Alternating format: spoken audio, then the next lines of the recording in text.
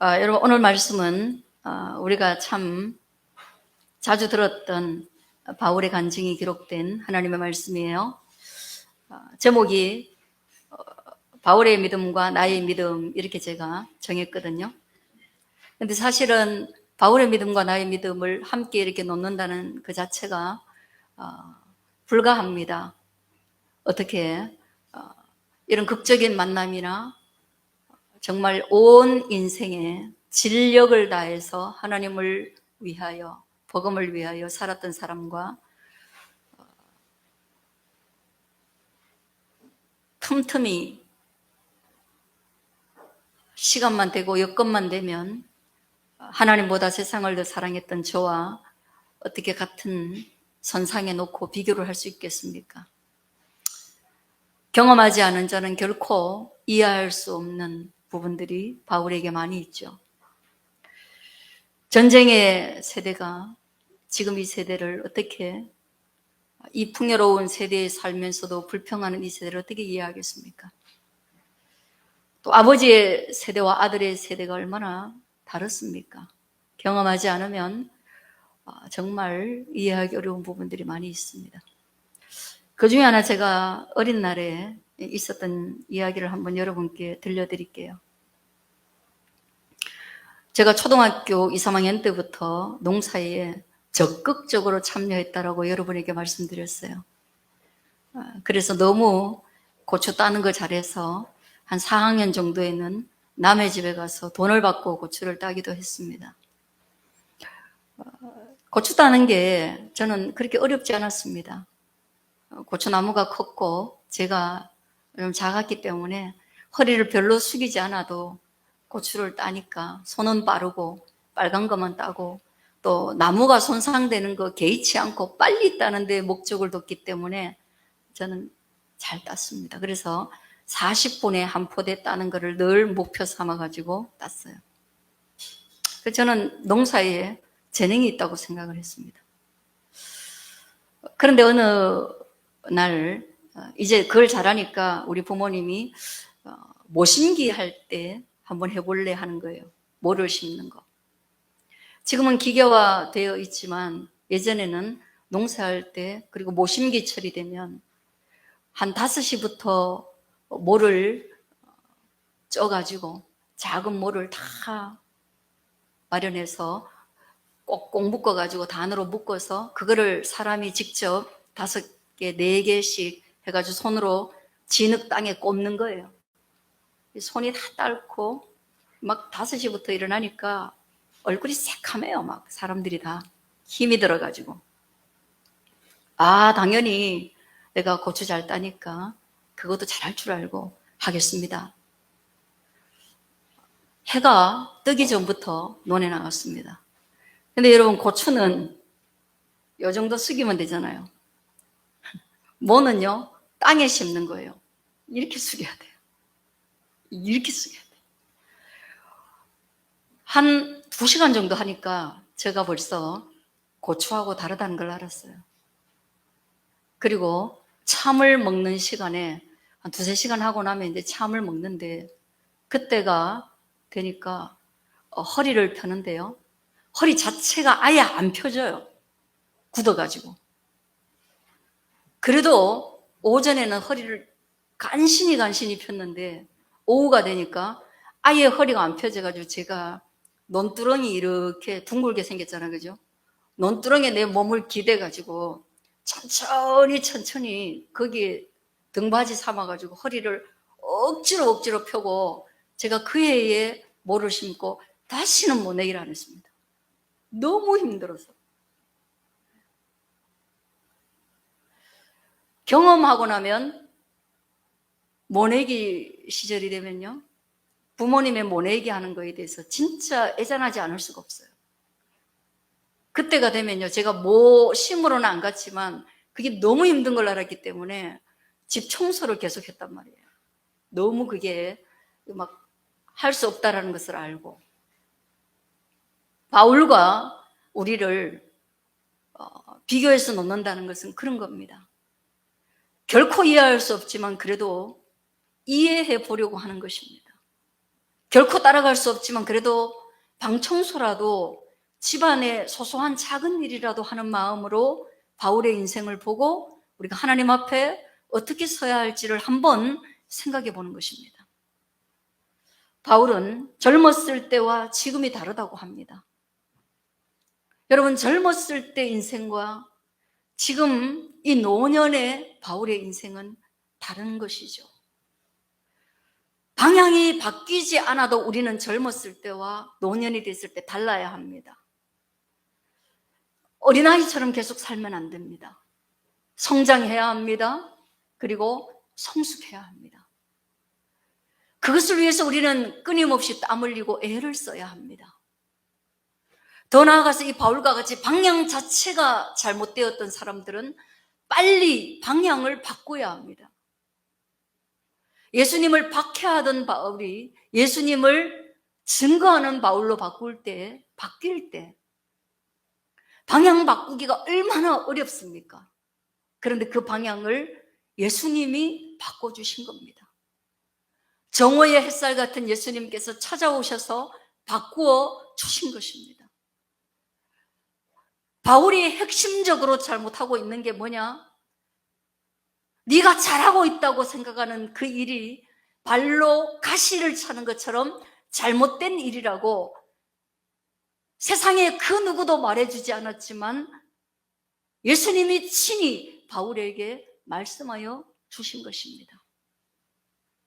저는 젊은 여러분이 예수님을 만나기를 너무나 간절히 소망합니다. 젊은 여러분이 옳은 방향을 가고 있는지, 또는 내 인생이 발로 가시를 차고 있는 허망하거나 또는 내 몸을 손상시키는 인생이 아닌지 예수님을 만남으로 말미암아 그것을 알게 되어지기를 주의 이름으로 축원합니다. 또 저는 여러분이 예수님을 만나기 이전에도 좋은 멘토, 스승, 좋은 선배들을 만날 수 있게 되기를 바라는 거죠. 때로는 좋은 책을 만나기를 바라는 것이죠. 내가 가는 방향이 옳은 것인지, 내 젊음의 열정을 투자하기에 이거 소중한 가치가 있는 것인지 여러분이 알게 되기를 바라고, 그것을 수정해 주거나 거기에 멘토로 참여해 줄 좋은 사람을 만날 수 있기를 바라고, 무엇보다도 그러기 위해서는 여러분이 나도 그만큼 안다라는 생각을 좀 버릴 수 있기를 바랍니다. 고추를 이렇게 잘 따는데 모내기를 내가 못하겠어? 정보가 이렇게 노출되어져 있고 연세 드신 분들이 모르는 것을 내가 훨씬 더 많이 아는 것 같은데 내가 그들보다 모르는 게 뭐 있겠어? 들어야 할 말이 있겠어? 잔소리를 꼭 들어야 하겠어? 그런 마음을 여러분이 좀 내려놓을 수 있기를 바라요. 왜냐? 여러분이 아는 것은 그저 아직 모내기를 해보지 않은 것과 같은 게 많아요.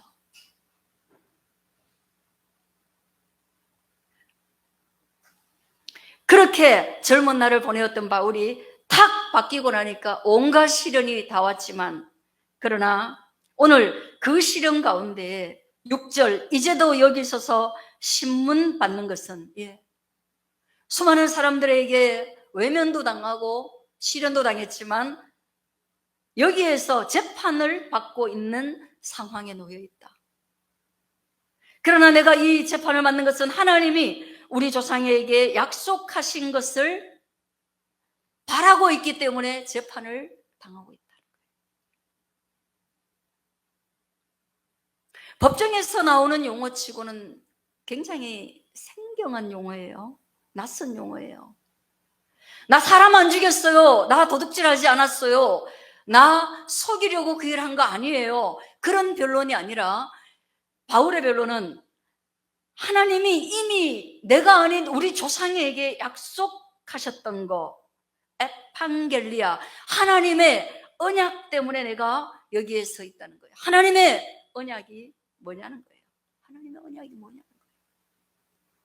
그들은 믿지 않는, 그들은 수긍하지 않는 하나님의 언약이 뭐냐는 거예요. 그 언약은 바로 메시아 예수님에 대한 언약인 겁니다. 주님은 예수님 오실 거라는 것을 창세기 3장 15절 여자의 후손이 와서 너희를 구원할 것을 언급하셨습니다. 그가 예수 그리스도다. 왜 모르냐? 나는 젊은 날에는 몰랐지만 지금 아는데 너희가 왜 모르냐? 창세기 12장에 아브라함의 씨로 말미암아 열방이 복을 받을 것을 말했다. 왜 모르냐? 왜 너희 귀에는 안 들리고 왜 너희 눈에는 보이지 않느냐? 여러분 왜 못 듣고 왜 못 보십니까?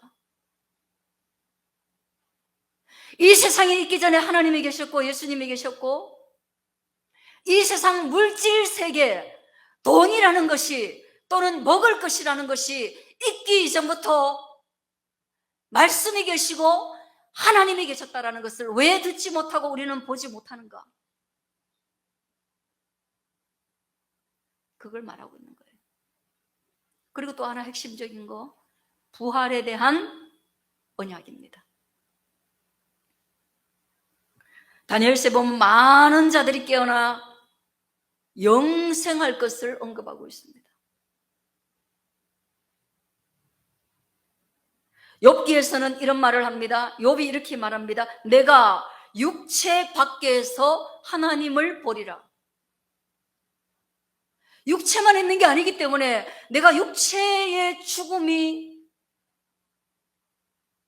다가와서 육체 밖으로 나갔는데 육체 밖에서도 하나님을 볼 것, 영혼의 부활에 대해서 욥이 말했던 거 왜 못 듣고 왜 못 보냐? 그것이 바로 하나님의 언약이었다는 거예요. 언약, 약속이었다는 거예요. 약속이 이루어졌는데 왜 너희가 예수 그리스도의 십자가와 그 부활을 거부하느냐 말을 하고 있습니다. 그래서 8절에 당신들은 하나님이 죽은 사람을 살리심을 어찌하여 못 믿을 것으로 여기고 우리를 이 재판 앞에 세웠습니까?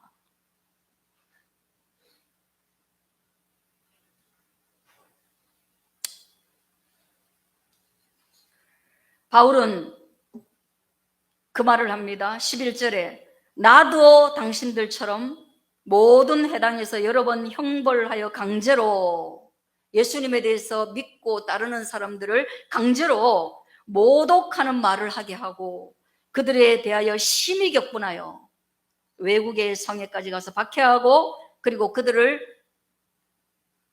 벌 주는 것에 찬성표를 던졌다고 말합니다.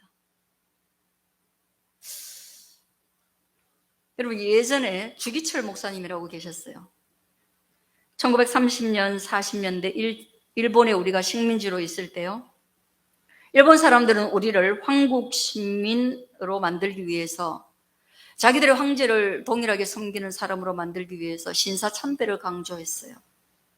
그리고 그 신사참배는 종교행위가 아니고 이거는 국가의식이다. 그러니까 해도 너희들이 10계명에 있는 나 외에 다른 신을 섬기지 말라는 말씀에 위배되지 않는다. 그렇게 예쁘게 포장을 했어요. 왜냐? 그렇게 포장을 해야 많은 목사님들이, 일본에 친이라는 목사님들이 명분이 생기잖아요. 그죠? 그러니까 많은 나쁜 일을 하는 사람들이 그 나쁜 일을 그대로 내놓는 게 아니라 포장을 한단 말이죠. 그죠? 그럼에도 불구하고 이 주기철 목사님은 10계명을 정면으로 위반하는 것이라고 해서 그는 함경남도 함흥 감옥에서 반복적으로 고문을 당했습니다. 그때 일본 경찰이 이런 말을 합니다. 예수를 모독하는 한마디만 하면 살려주겠다라고 얘기합니다. 그게 지금 똑같은 상황이에요. 예수님을 모독하는 한마디만 해라. 그러면 풀어주겠다. 그거 안 되면 예수님은 너 감옥에 갇힌 너를 도울 힘이 없다라고 말해라. 그러면 풀어주겠다. 더 나아가서 예수는 죽었다라고 말하면 고문을 멈춰주겠다. 여러분 단순한 말이에요. 한 문장만 하면 그는 감옥으로부터 해방을, 자유를 얻을 수 있어요. 근데 그걸 안 한 겁니다. 그에 기록되어져 있는 대답은 예수님을 모독하는 말을 내 입으로 할 수 없습니다. 차라리 죽을지언정 예수님을 부인할 수 없습니다. 그리고 마지막에 그분이 돌아가실 때 내 몸은 일본 천황에게 속하여 있어서 고문을 당할지라도 내 영혼은 오직 예수 그리스도에게 속해 있다. 그래서 5번의 옥살이 끝에 순교를 당하게 되죠. 바울이 그 일을 할 때 주기철 목사님의 입장에 서 있던 것이 아니라 신문하는 순사의 입장에서 그걸 강조하는 사람으로 자기가 있었다는 거예요. 그런데 그런 자기에게 예수님이 나타나셔가지고 18절에 보면 그 눈을 뜨게 하여, 예수님이 자기의 눈과 자기의 길을 열어줬다는 거예요. 그 눈을 뜨게 하여 어둠에서 빛으로 사단의 권세에서 하나님께로 돌아오게 하고, 내가 하나님께로 돌아오고 죄 사함을 받아 주님을 믿어 거룩한 무리 가운데 설 뿐 아니라 기업을 얻게 하셨다. 할렐루야. 하나님 우리 눈 뜨고 귀 열게 해가지고 뭐 하려고 그래요? 오늘 이걸 하게 하려는 거예요. 첫째, 우리를 어둠에서 빛으로, 볼 수 없는 자에서 보는 자로 만들어주시는 것이 하나님의 일입니다. 세상은 보지 못하는 것을 우리가 보는 것입니다. 세상은 하나님 없다고 하는 것을 우리는 하나님 있다고 하는 겁니다. 봤기 때문에 그렇습니다. 성경을 통해서. 그 세상은 캄캄한 어둠의 영역 안에 있다면 우리는 빛의 영역 안으로 들어온 것입니다. 여러분, 우리 화장실 안에 들어갔을 때 그 화장실 밖에서 장난친다고 누가 불을 탁 끄면요, 요즘 그렇게 깜깜한 걸 잘 경험 못해서 그런지 모르겠는데 화장실 안은 정말 깜깜해요. 다른 데는 아무리 깜깜해져도 조금씩 빛이 새어 들어오거든요. 우리의 영역이 바뀐 거예요. 캄캄함의 영역, 죄의 영역, 어둠의 영역에서 빛의 영역으로 저와 여러분이 바뀐 줄로 믿습니다. 뭐 때문에? 말씀 때문에 그런 거예요. 약속 때문에.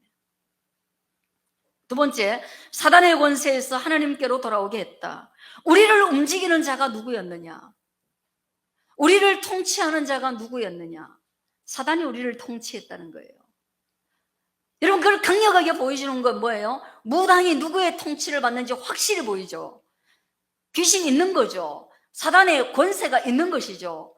자기 아닌 존재가 자기에게 들어와서 자기를 지배하고 있는 거, 우리 눈으로 지금 볼 수 없지만 확연하게 보여주는 사람들이 누구냐? 무당들이에요. 그 권세에서 못 벗어나는 거예요. 벗어나면 아픈 거예요.